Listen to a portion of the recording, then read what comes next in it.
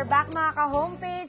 Nako, dahil malapit na ang holidays, usong-uso na naman ang pamimili na regalo. At karaniwan ng present dito ay ang picture frames, photo albums at alarm clock. Ayan, o diba, ang dami-dami. Gusto nyo bang maiba naman ang inyong mga ibibigay na regalo ngayon, this time?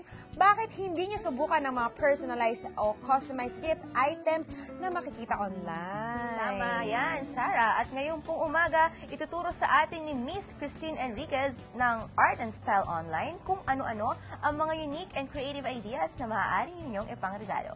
Good morning po, Ma'am Christine, and welcome to Homepage. Good morning po. Ayan, bata-bata naman ni Ma'am Christine. Grabe, naisip nyo kagad ang ganitong klaseng idea.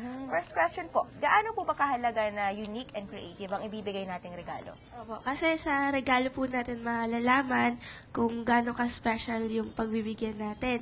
And minsan may mga message tayong gustong ibigay. Pwede din doon sa mga items. Imbis na typical na card na nakalagay yung Yes po. Di ba ganun yung At usual saka ito, babalot mo? magagamit mo yung Yes card. po, useful kasi po. hindi mo magagamit. Pero like, kagaya nga itong mga bagay na to, ano ba yung mga dapat bang i-consider sa pagpipili na regalo?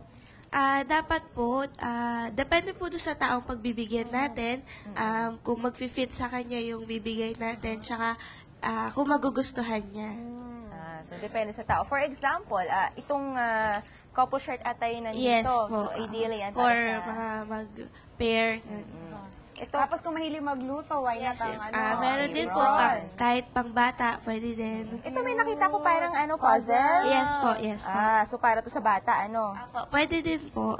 Ayan. And pwede din po siya lagyan ng mga message or kung may sarili pong design, pwede din po. Bongga ha. Ayan. Yan, may mga saucer pa. Yes, Dito so ilagay ilahin natin, ayan. Sa cellphone din pwede Yes po, iPhone po. Pwede po Bongga. i-personalize yung design.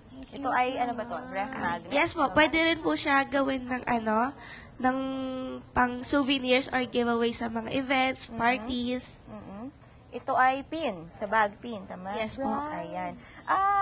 Bukod dito sa nabanggit natin kanina, iba pang gift ideas na pwedeng ipanregalo this holiday season. Bukod dito sa mga nandito sa harapan. Yung mga usual na pinoproduce pa or hinihingi or yung mga iba ba? Ibang ideas.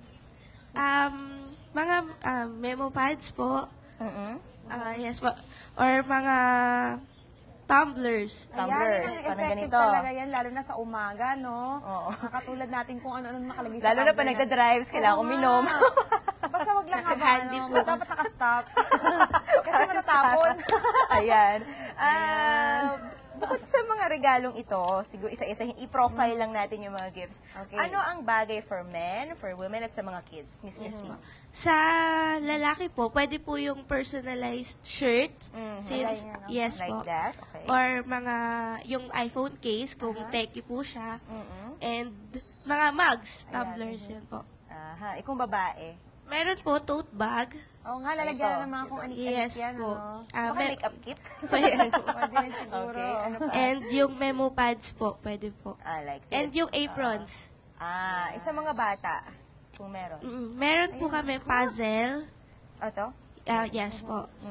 And Ayan, yung couple, memo pads po. sa bata din. Apo. Cute naman. Ito ang cute nito, parang ano siya, ano ba Ref, to? magnet? Oo, Instagrammers, di ba? Pag may grupo kayo, or pag may mga events kayo, kailangan nyo ng giveaway, pwede rin yan. Tama yan. Ayan. Tsaka mga anniversaries, di ba? Why Oo. not? Mm. O, di ba? Ito naman, meron ka bang final tips and advice sa ating mga manonood? Yes po. Kung magbibigay po tayo ng regalo, hindi naman po kailangan na mahal. Basta, yung ibibigay po natin is magugustuhan nila at yung gusto rin po nating ibigay. At magagamit at the Yes same po, time. useful and pangmatagalan po. Ayan. Maraming salamat po, Miss Christine Enriquez ng Art and Style Customized Gift Shop. Ayan. Thank you po. for Thank visiting. you! Susunod na po, itanong mo kay Doc sa aming pagbabalik. The homepage at home.